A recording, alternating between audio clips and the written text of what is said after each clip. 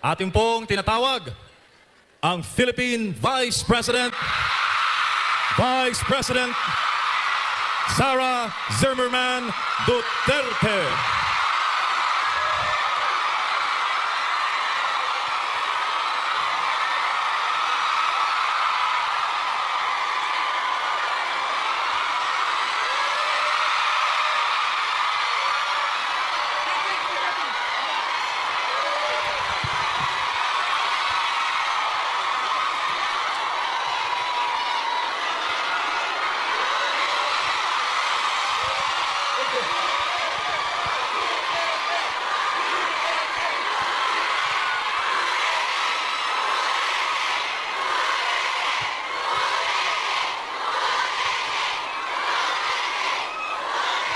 Maraming salamat. Magandang umaga sa inyong lahat. Maaari po siguro muna kayong maupo.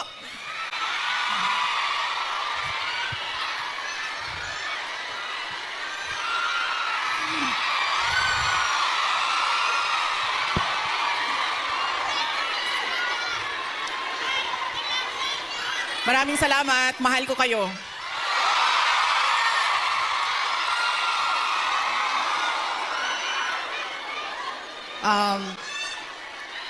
Opo muna siguro para yung mga nasa likod makakita din. Kawawa naman yung nasa likod. Okay?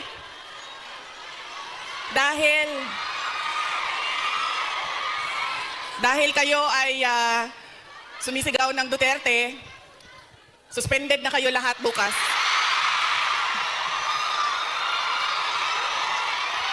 Suspended kayo, suspended. Joke lang. Unahin ko muna ang aking mga pagpapasalamat. Mga thank you muna dahil baka sa sobrang daldala natin, mamaya sa sobrang pagbibigay ng mensahe ay makalimutan ko ang mga pagpapasalamat. Kaya mabuti nang mauna ang mga pagpapasalamat. Una, tayong lahat ay nagpapasalamat sa Hong Kong government and sa Hong Kong Police sa kanilang tulong sa atin para mabuo ang ating pasasalamat ngayong araw na ito.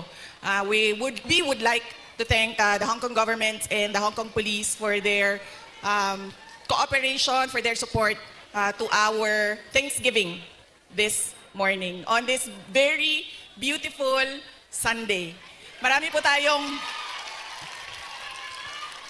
Marami tayong mga kababayan na nandoon sa labas at lahat ng mga first-timer na nakakita sa akin. Sabi nila, ang ganda mo pala, bakit mukha kang...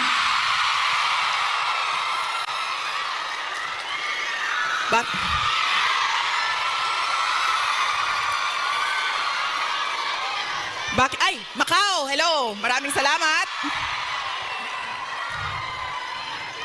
Okay. Sabi niya, ang ganda mo pala, bakit mukha kang... Bakit mukha kang Shrek sa mga picture mo sa internet? Tapos sabi ko sa kanya, sabi ko, ma'am, basta Pilipina, maganda talaga yan. Tayong lahat yon. Now, hindi ko lang alam sa mga Pilipino, sa mga lalaki natin, pero sigurado ako sa mga Pilipina ay maganda. Dahil, ano ang ating proof o evidence sa buong mundo na maganda talaga ang Pilipina? Ilan ang Miss Universe natin? 4. 4 ang Miss Universe na winners ng Pilipinas. Kaya, ibig sabihin, global ang beauty ng Pilipina. Kaya, bago ang lahat, sabihin niyo sa lahat ng kaaway ninyo, Pilipina ako, maganda ako.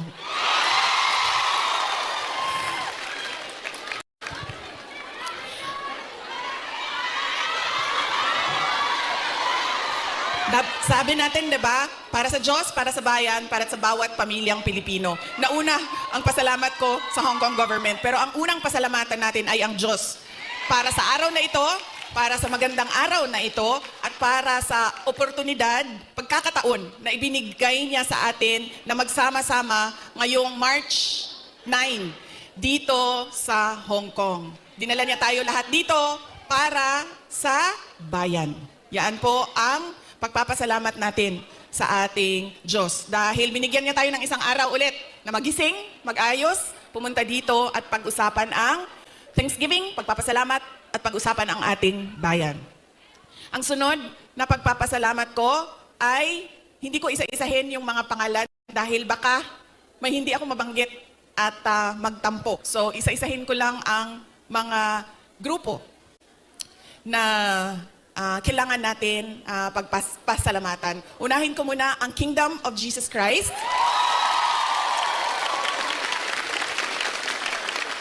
Dahil sa kanilang pagod, luha at pawis para mabuo ang ating Thanksgiving ngayong umaga na ito.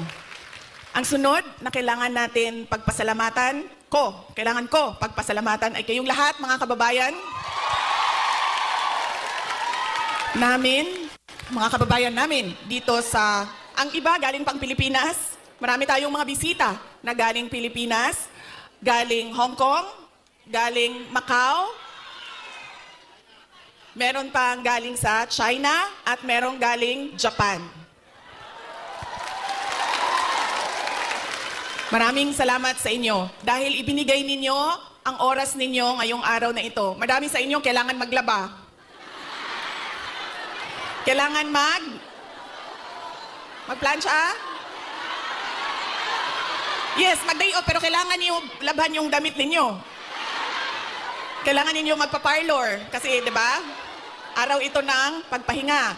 Kailangan maglinis ng inyong bahay. Kailangan magpa-pedicure. Di ba? Kailangan magpa-dentista dahil araw ito ng pagpahinga. So, kailangan ayusin lahat ang sarili. Ang para sa sarili. Pero, binigay ninyo ang oras ninyo at araw ninyo ngayong umaga na ito para sa atin. Kaya maraming salamat sa inyong lahat. At, alam nyo, kanina, habang naglalakad ako, kasi malapit lang kami, so naglakad lang kami, ang ganda ng weather ninyo dito sa Hong Kong, no? Nakakaganda siya ng kutis. Sabi namin na nakatira sa Pilipinas at yung mga nakatira sa mga kababayan natin sa Middle East, sana all malamig ang tinitirhan. Sana all maganda ang kutis.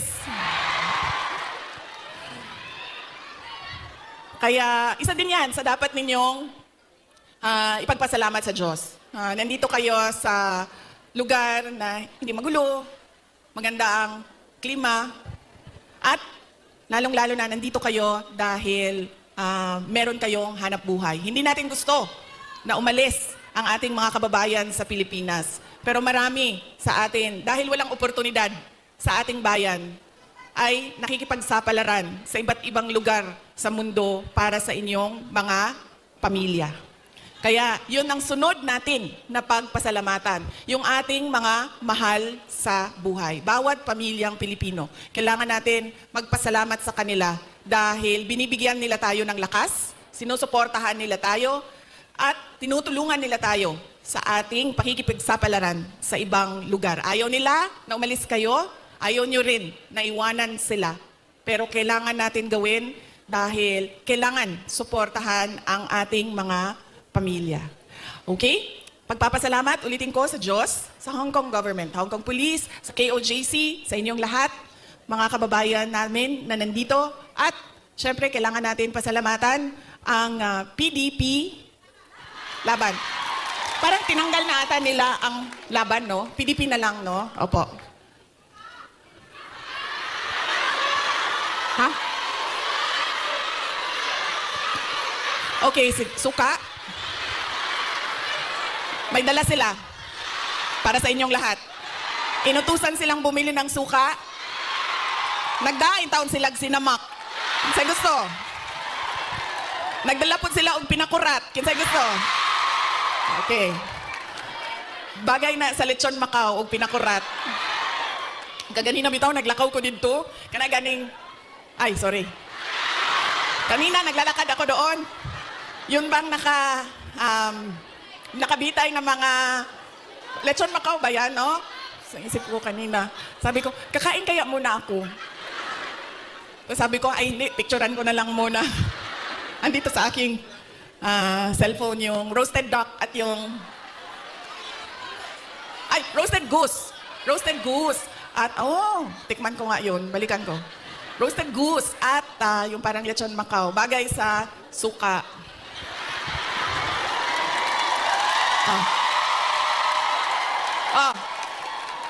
Ano pa ang bagay sa suka? May oras pa ba ako? Bigla na lang ako paalisin dito. Ano pa ang bagay sa suka? Ang ating chorizo longganisa. Diba? Bulad. Chicharon. Mangga. Mangga at suka.